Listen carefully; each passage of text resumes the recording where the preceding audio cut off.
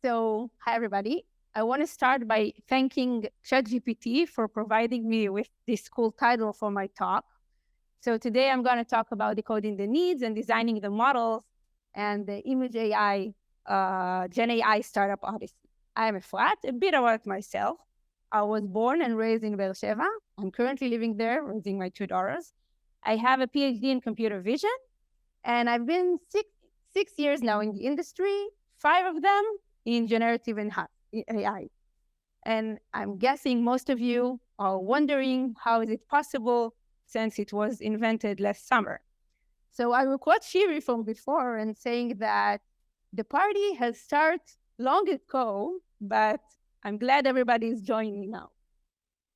So in the last 3 years, I've been the head of research and AI at Bria. So I will now have 2 slides about Bria.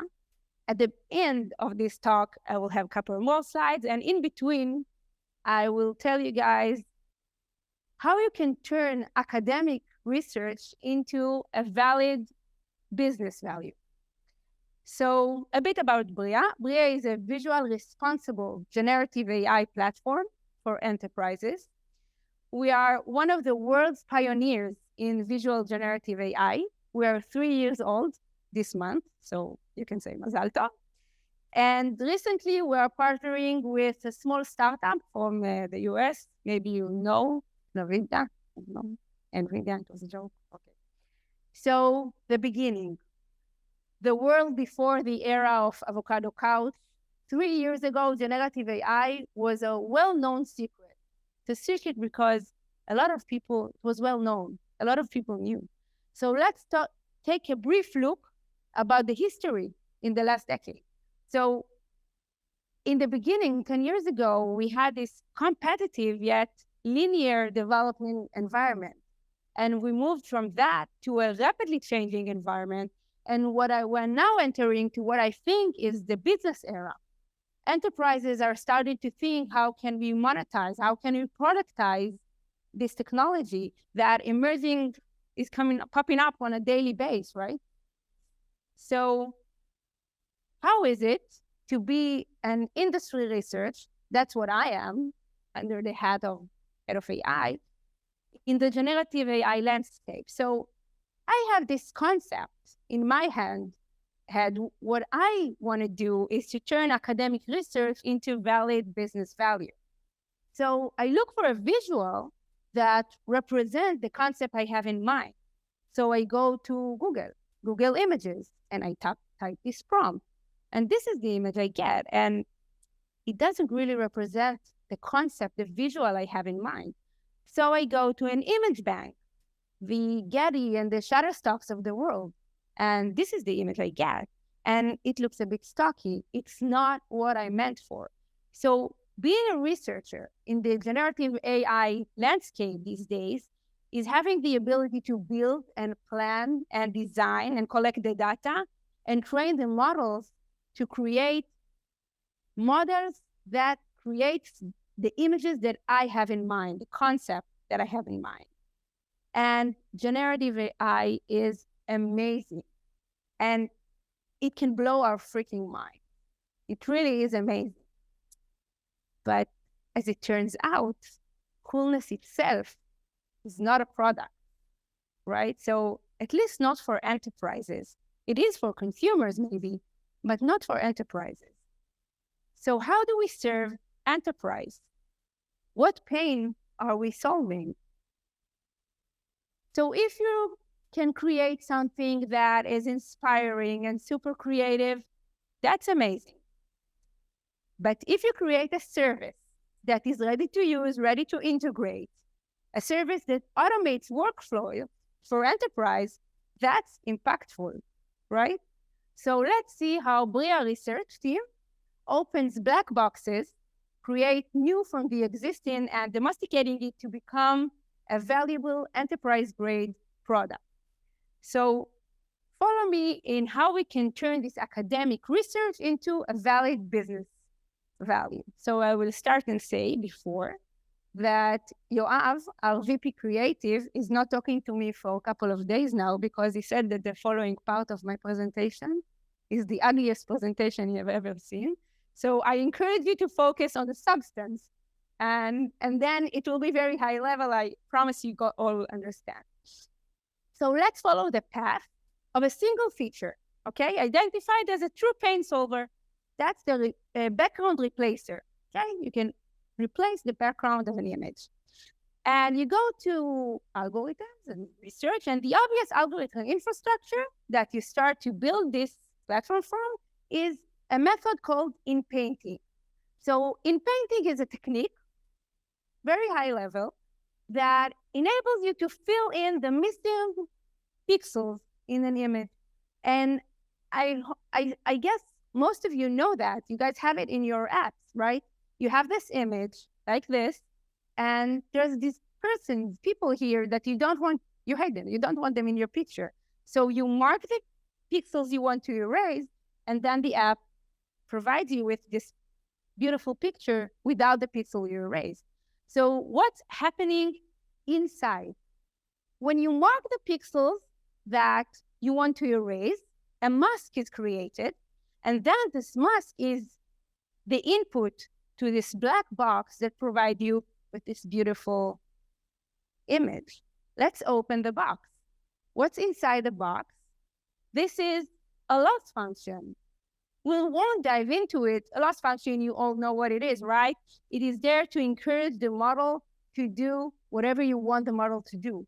In this case, for example, it encouraged the missing pixel that we regenerate to match the existing pixels in terms of color and texture and realistically looking and the structure. Okay, so let's do it. So we have a method in painting. Look at this image, and I have this mask. I want to erase the dog. So white pixel indicates what I want to erase. I provide it to the in-painting, which is a technique to fill the missing parts, and it does it, right? So this is in-painting. What happens when we integrate diffusion models and we're enabling to provide text to our models to further guide the in-painting? Then we can add prompts. So if I write a white cat with blue eyes wearing a sweater, I can have this image. So we moved from erase object to replace objects, right? So if I have this image, a dog on a bench in a park, I can generate prompt to image, or this is my dog, it doesn't matter. And I want to now, I can now replace it with a cat or with a tiger. So that's great, but let's recall why we started. We don't want to commercialize image in painting. That's already on your phones. We're looking to develop a product feature that enables smoothly replace the background, right? So let's do that. This is a print screen from one of the most cited papers in painting. It's an open source. And look at what he does. So this is a well-established method. In painting is a part of computer vision for a long time now. It is a data-driven model, and the data-driven is, it has really easy access to data, because actually all you need is a data and a mask. So if you have the ability, if you have the data and you have the ability to write Python script that can create random masks, you have the ability to create a data set, and then you can train your own models. So it's very easy. So can we take an off-the-shelf method? Can we? So let's look at this image from this paper. Look at the original image. If I want to remove the mountain, then I need mask number 1, right? But if I want to remove the background, to replace the background, I need mask number 2. Now, mask number 1 a bit correlates with random mask from the paper, but mask number 2 does not. So you cannot use an off-the-shelf method. And trust me, we tried. You can trust me. We always first try the easiest thing. So it's like we are playing the right game, in terms of academy and research and the pipeline that the GitHubs we are going to, but we are playing it wrong. So what can we do? So think about this. This is the original image, and I have the ability now to remove the background. I want to replace it, but removing the background is a commodity now, right? So let's create masks that correlate with the task in hand, replace the background. So we did that. And now, training our models, we have this original image of raining in the park. And when I write the prompt, raining in the street, this is the image I have. Great, you have this reflection and shadowing and lighting. It looks nice, but okay, and go back to the dog. I can now place him on the bed or on the beach. But the model did understand that it has this foreground object that it needs to unrelate with the background, but perhaps he understood it a bit too well. What do I mean? Look at this image.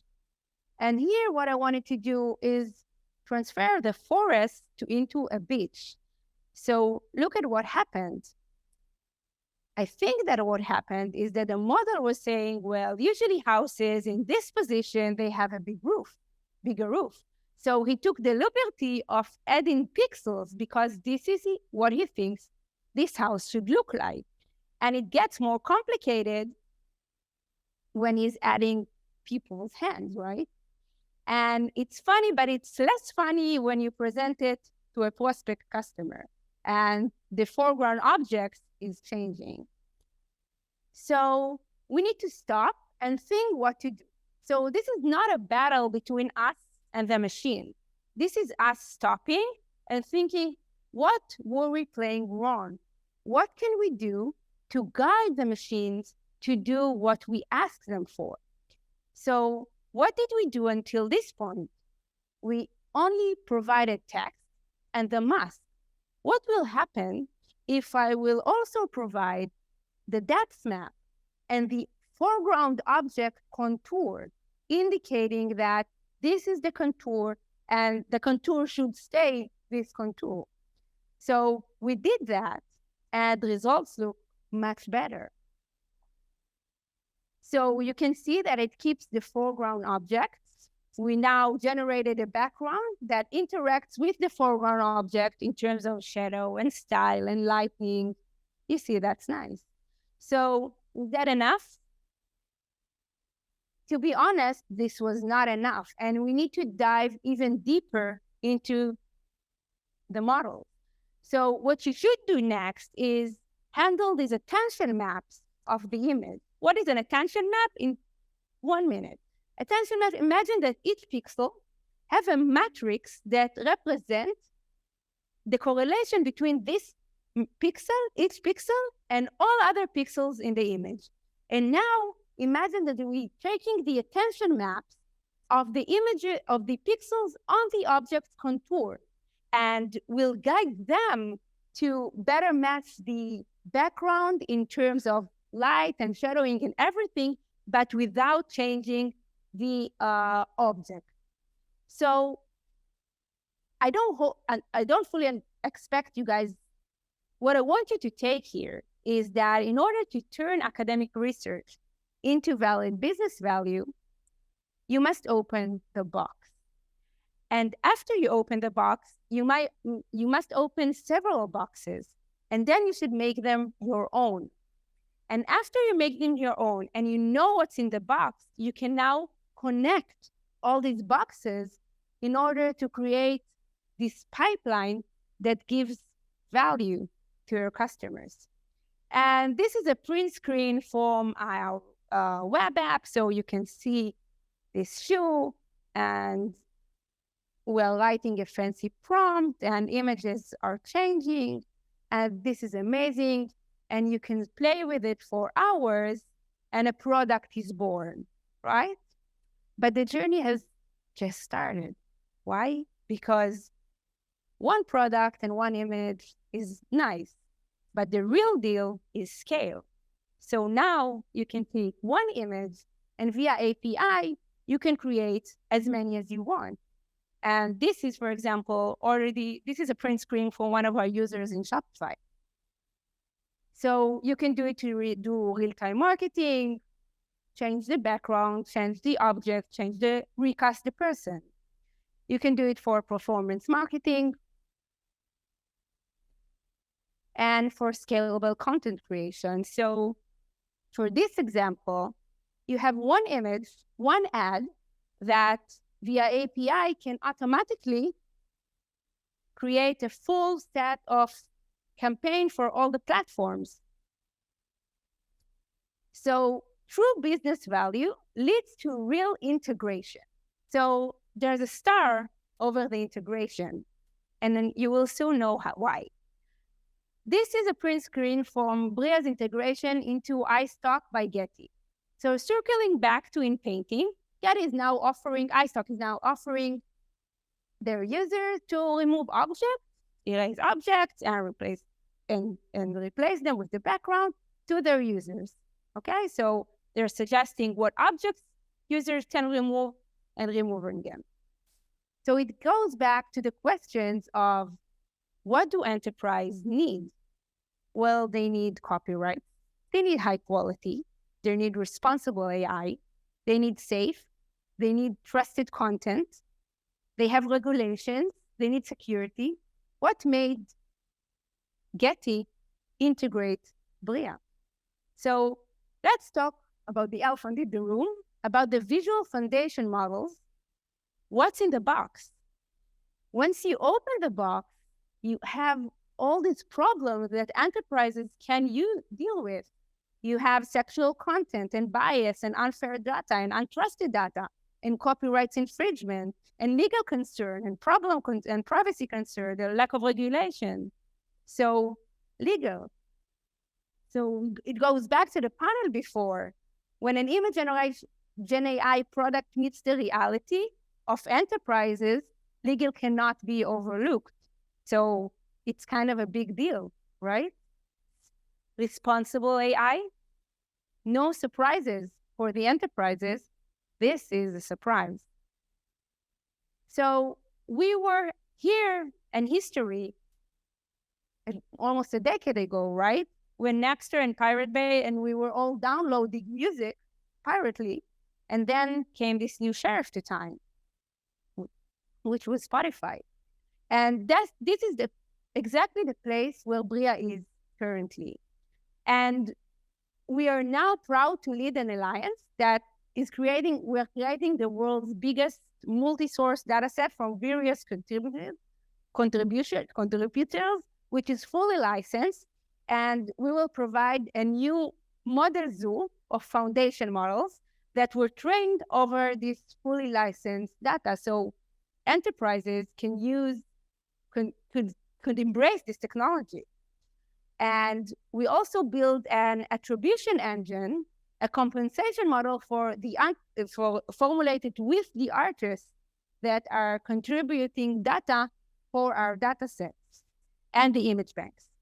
So everybody can consume this technology responsibly, ethically, and fairly. Thank you.